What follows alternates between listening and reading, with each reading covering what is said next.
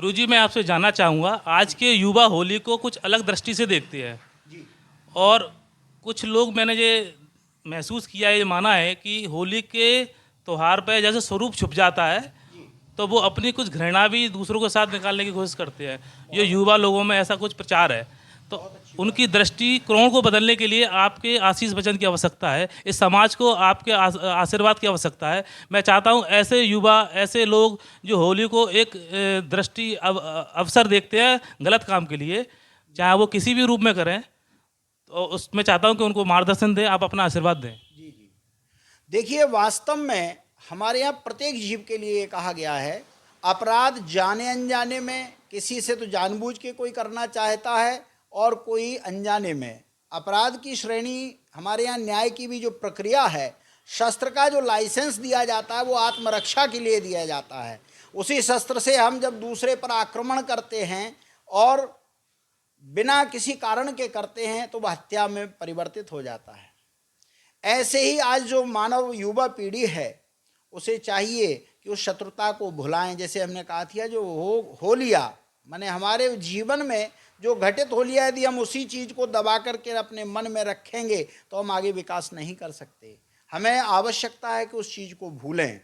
और जैसे कि आपने कहा कि युवा कैसे बदलें, युवाओं का चलिए एक दृष्टांत है कि वो किसी भी चीज़ को, एक कहते हैं ना कि आवेश में आने पर बुद्धि जो है क्या हो जाती है, विवेक जो है कार्य नहीं करता है क्रोध में। लेकिन जब हम संयमित होंगे, इसीलिए हमारे यहाँ जो होली का पर्व है, हम उस चीज़ को माने या ना माने, जैसे आज हम अग्नि को हाथ में लेंगे तो जलेंगे, लेकिन उस अग्नि ने भी शीतलता का गुण हमारे इस पर्व के माध्यम से दिया है। होलिका का जो स्वरूप हम आप देख रहे हैं कि जो बुराइयां हैं वो इसमें जल जाती हैं और जो भलाइयां हैं वही शेष रह जाती हैं।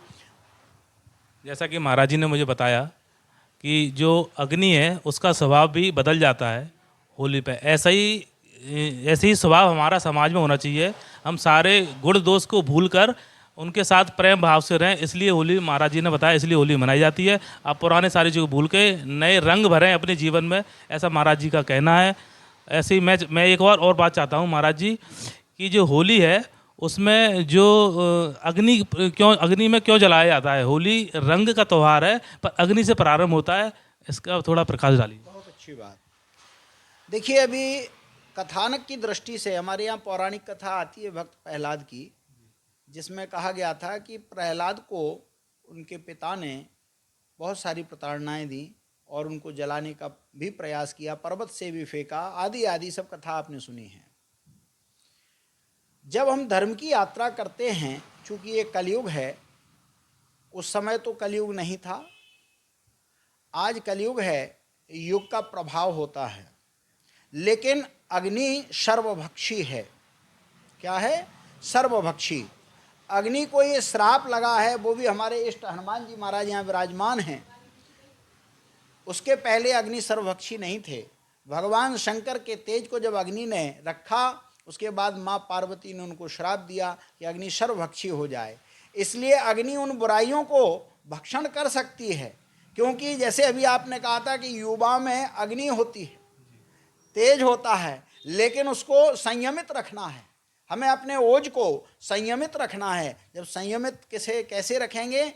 अग्नि के माध्यम से। इसलिए वो प्रतीक है। और हमें अच्छे अच्छे रंगों को, गुलाल कहते हैं, अच्छे अच्छे रंग जीवन में भरने हैं, चुनिंदा। और जो बुराइयां हैं उन पर रंग कैसे पोत देना है? जैसे कोई हमारा शत्रु है, कोई मित्र है, हम सबको एक जैसा रंग लगा देते हैं। जब एक जैसा लगा देते हैं तो सब एक से दिखते हैं। ऐसे ही संसार में हमें सब भेदभाव को भूल करके अच्छे गुणों के गुलालों को अपनाना चाहिए, बुराइयों को अग्नि में दहन कर देना चाहिए। साधुवाद। महाराज जी, अंत में आपसे मैं चाहूँगा कि आप ग्वालियर वासियों के लिए क्या आशीष वचन दें। सभी शहरवासियों को होलिका दहन पर्व की हार्दिक हार्दिक मैं शुभकामनाएं दूंगा। और ख़ासकर जो युवा पीढ़ी है उनसे आग्रह करूंगा कि अपने अपने माता पिता, गुरुजन जिनसे हमें ज्ञान मिलता है, उनको नमन करें। यही हमारा धर्म है, यही हमारा कर्म है। साधुवाद।